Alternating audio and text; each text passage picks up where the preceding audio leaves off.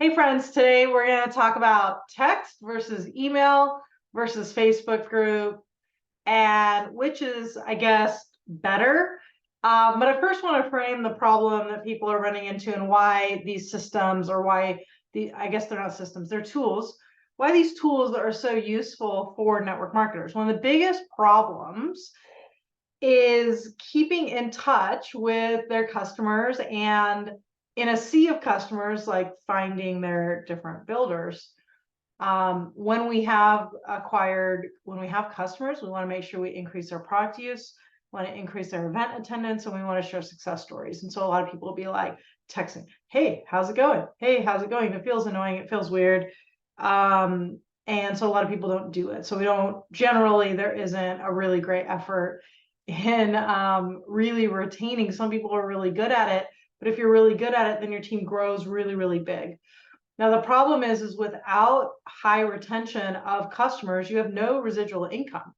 So if we fast forward 5 years, 10 years, that dream, that residual income comes because customers continue to buy product, even though you are not directly speaking with them.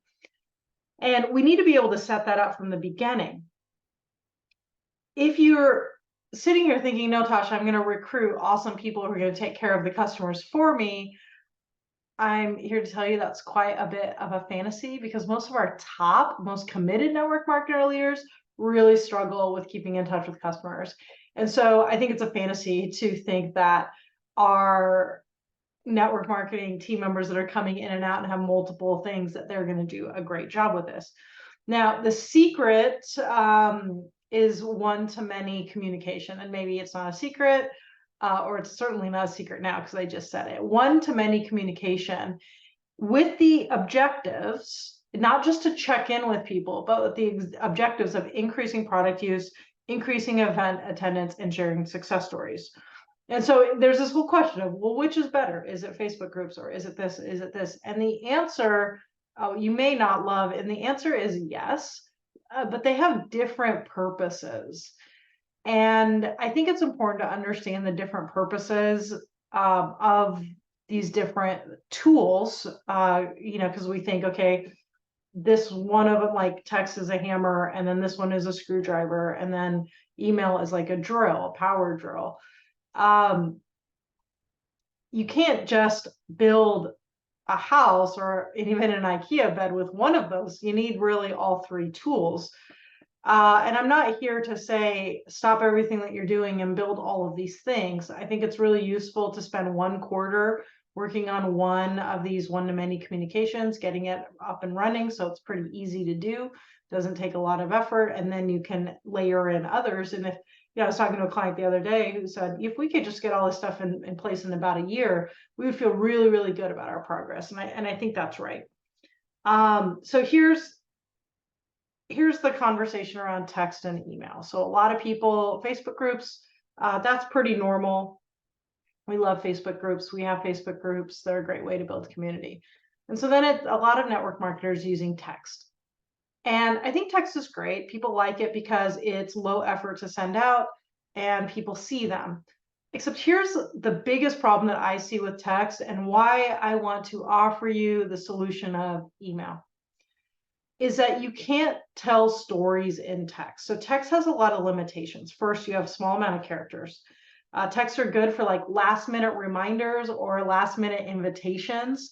They're not good for story. They're not good for education. They're not good for like some of these things that are really important. And what we know about humans is that stories sell. Stories sell. We know this, we hear this, but then our sales methods don't allow for stories. And so I was having this, I don't know, argument with one of my clients, and she was like, but text. I was like, well, how many do you send out? Like 1 a month? And she's like, yeah, text, email's dead. And I'm like, is it though? Is email dead?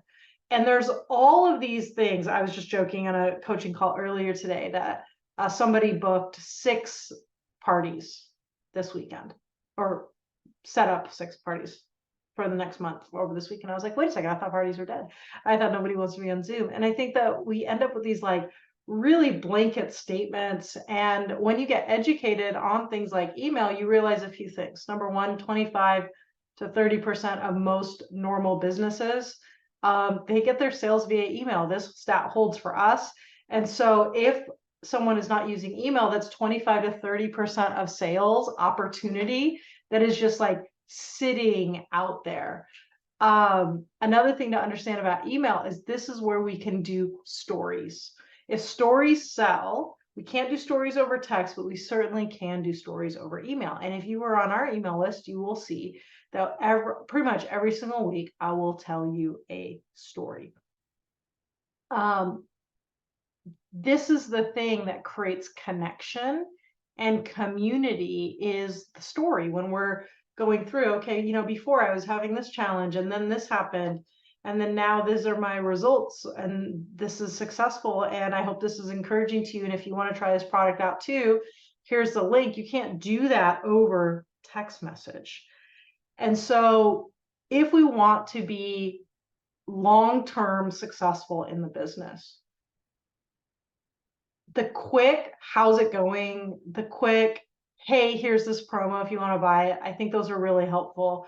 But we want to create connection via story. And so email is the answer. So if I had to choose, well, I do have to choose right now between email and text messages, I choose email. Because even though email might get an open rate of 25%, that is 25%. That is amazing. So if I send 4 email, I personally send 4 emails a week, that means pretty much everyone's going to open at least 1 email a week, and we're going to be able to stay in constant connection. If I send 1 email a month, then the people on my email list are only going to read 1 email every 4 months. And then if that's the case, I have to cram a bunch of information, and nobody likes that. But now I can tell stories. And I was working with a client the other day who's just giddy over this email strategy of sending a couple of emails a week, being able to share success stories, being able to share education, being able to share in detail workshop invitations. And she was so excited because also she's kind of an introvert. And since she's kind of an introvert, she was excited about being able to wake up in the morning early before anyone was there, when it was nice and quiet, and send out some emails. And I think this is a great way to keep your business growing. It's a great way to keep in contact, not feel like this pressure that I got to personally reach out to every single person in that I know. That's a lot of pressure, especially if you're working part-time. And what's really cool about this is that it allows you to grow. Since you are no longer worried about how am I going to take care of and communicate with all the people I enroll, you'll remove this limit that you, like a glass ceiling of new customers that you've had. You'll eliminate the glass ceiling of recruiting builders, because your builders can put their email or put their customers into the email strategy, and they'll be followed up with, and they'll be able to continue order on their own. So I'm really, really excited about teaching this topic coming up soon in a workshop.